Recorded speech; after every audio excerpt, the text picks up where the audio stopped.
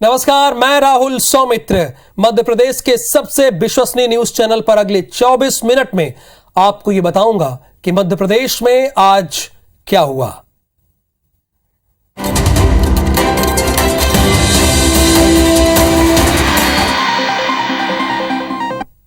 तो सबसे पहली खबर तो आप जान ही रहे होंगे, बिल्कुल ठीक समझ रहे हैं। कांग्रेस सांसद अधीर रंजन चौधरी राष्ट्रपति द्रौपदी मुर्मू को राष्ट्रपत्नी कहकर बुरे फंस गए। इस बयान पर लोकसभा में हंगामा चल रहा है। वहीं बीजेपी देश समेत एमपी में भी बयान का विरोध कर रही है। सीएम शिवराज सिंह चौहान भी बयान को सर्वोच्च पद का अपमान बताया है।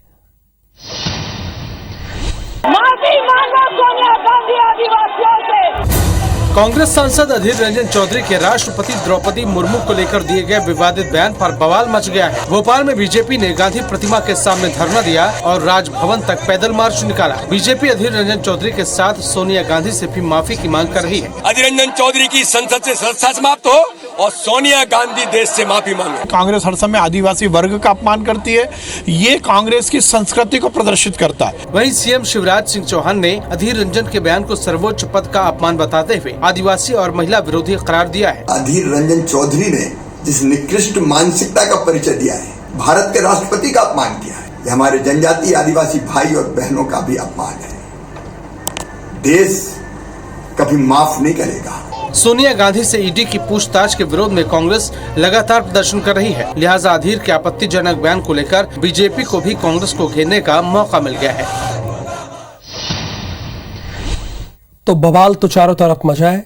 इधर मध्य प्रदेश में दूसरे चरण में 143 जनपद पंचायतों के अध्यक्ष और उपाध्यक्ष चुनाव के नतीजे भी आ गए हैं। भारतीय जनता पार्टी ने 143 में से 102 जनपदों पर जीत का परचम लहराया है। वहीं कांग्रेस को सिर्फ 29 और 11 जनपद पंचायतों में निर्दलीयों ने बाजी मारी है। एमपी में 313 जनपद पंचायतों के अध्यक्ष उपाध्यक्ष चुनाव में बीजेपी कमल खिलाने में कामयाब रही। साथ ही शुक्रवार को होने वाले जिला पंचायत के अध्यक्ष उपाध्यक्ष चुनाव में बहुमत के साथ जीत का दावा ठोका। कि आज के 143 जनपद पंचायतों के चुनाव में भारतीय जनता पार्टी 102 जनपद में अध्यक्ष और उपाध्यक्ष चुन करके भारतीय जनता पार्टी के आए। दूसरे चरण में कांग्रेस महज 29 जनपदों पर जीत का झंडा फहरा सकी, जबकि 11 सीटों पर अन्य की जीत हुई और एक जनपद में स्टे की वजह से फैसला नहीं आया। कांग्रेस ने बीजेपी पर सदस्यों को धमकाने और खरीदने की कोशिश के आरोप लगाए। हमारे 2 प्रतिनिधियों को सीधी तौर पर कहा है या तो हमारी मदद कर दो या मतदान तक नहीं जा पाओगे। डराव और दबाने का प्रयास ये सरकार कर सकती है, लेकिन सफल नहीं हो सकती। बीजेपी को कमलनाथ के गढ़ छिंदवाड़ा में 11 में से 6 जनपदों पर जीत मिली है, जबकि खंडवा में 2 पर बीजेपी और 1 पर कांग्रेस जीत पाई। संगठन और विधायकों की मनमानी के चलते निकाय चुनाव में मजबूरन बागी बनने वाले कई बीजेपी नेताओं और कार्यकर्ताओं ने अपनी दम पर जीत हासिल की है। अब कई नगर पालिकाओं और नगर परिषदों में अध्यक्ष पद की चाबी इन्हीं के पास है। ऐसे में बीजेपी संगठन को अब इनकी याद आने लगी है।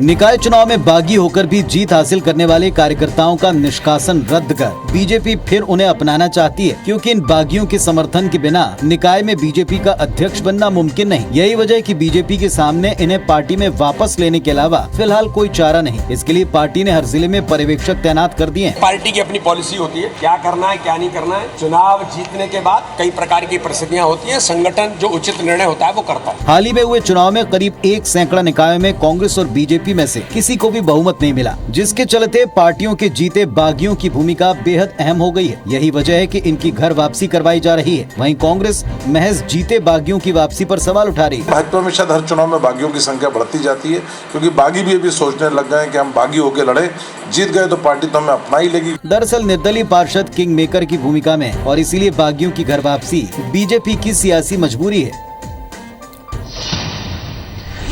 सोशल मीडिया में कांग्रेस अपनी परफॉर्मेंस सुधारने में एड़ी चोटी का जोर लगा रही है।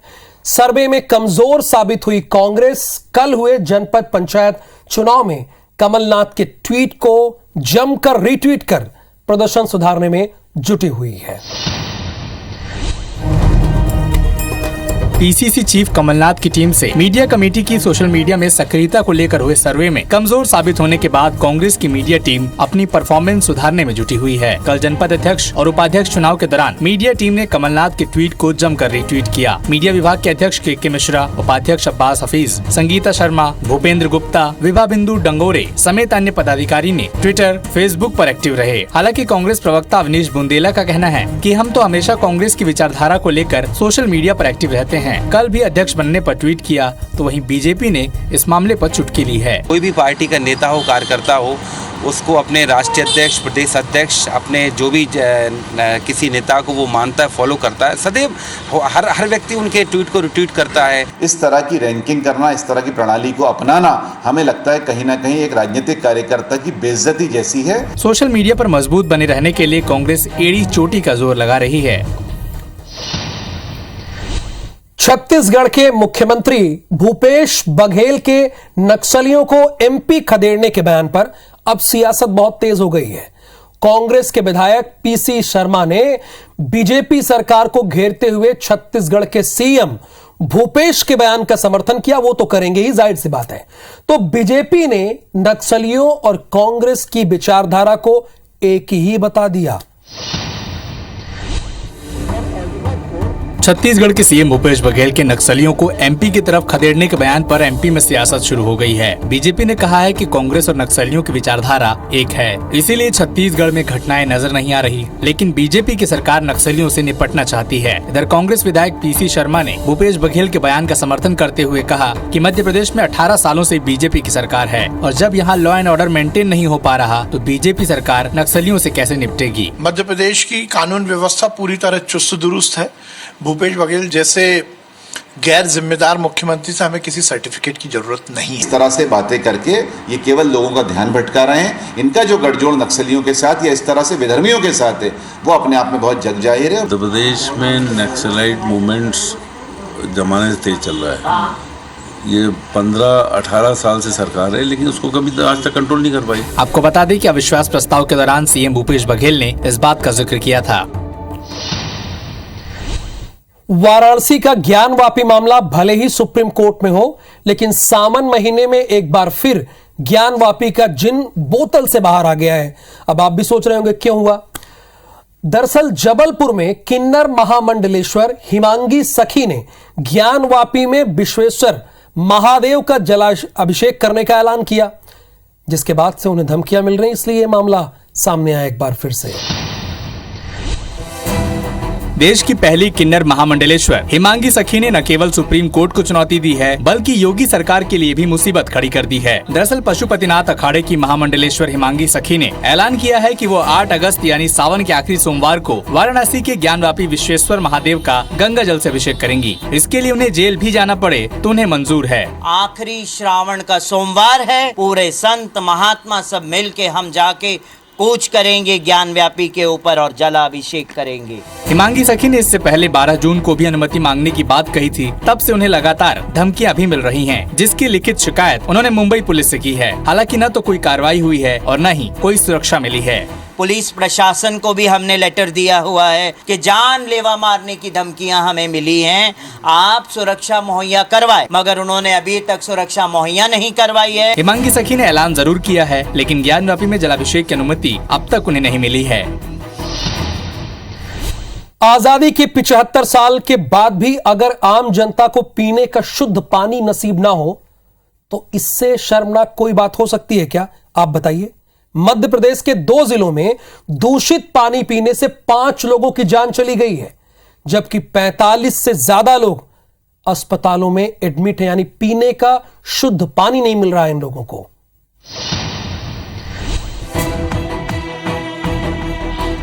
एमपी में बारिश और बाढ़ के बाद दूषित पानी भी लोगों की जान का दुश्मन बन गया है। नर्मदापुरम जिले के बागरातवा गांव में दूषित पानी पीने से 3 लोगों की मौत हो गई, जबकि 15 से ज्यादा लोग बीमार हैं। दरअसल जगह जगह पाइपलाइन टूट गई है, जिससे दूषित पानी लोगों के घरों तक पहुंच रहा है। 3 मौतों के बाद पूरा गांव दहशत में है। यहाँ साफ सफाई की विशेष ध्यान नहीं दिया जा रहा है। सारी गंदगी जो है गाँव के बाहर, पानी जो है निकास नहीं है, 3 लोगों की मौत हो चुकी है और 15 से 12 लोग एडमिट है। पानी सर बहुत ही खराब आ रहा है, इस कुआं के कारण आ रहा है, इसमें गंदगी ज्यादा फैल रही है सर। जांच टीम भेजी गई है, सैंपल्स पानी के लिए गए हैं। बाकी जो वार्ड्स हैं उसमें ऐसी कोई समस्या नहीं है। इस वार्ड में ऐसी क्यों समस्या है कि 3 लोगों को ऐसी समस्या हुई, इसके बारे में जांच की जा रही है। इधर दमोह जिले के जबेरा थाना क्षेत्र के चौरई में भी गंदा पानी पीने से 2 लोगों की मौत हो गई है और 4 लोगों की हालत गंभीर है। जिले के हिंडोरिया इलाके के खाचारी गाँव में भी दूषित पानी पीने से बीमार लोगों की संख्या बढ़कर 29 हो चुकी है।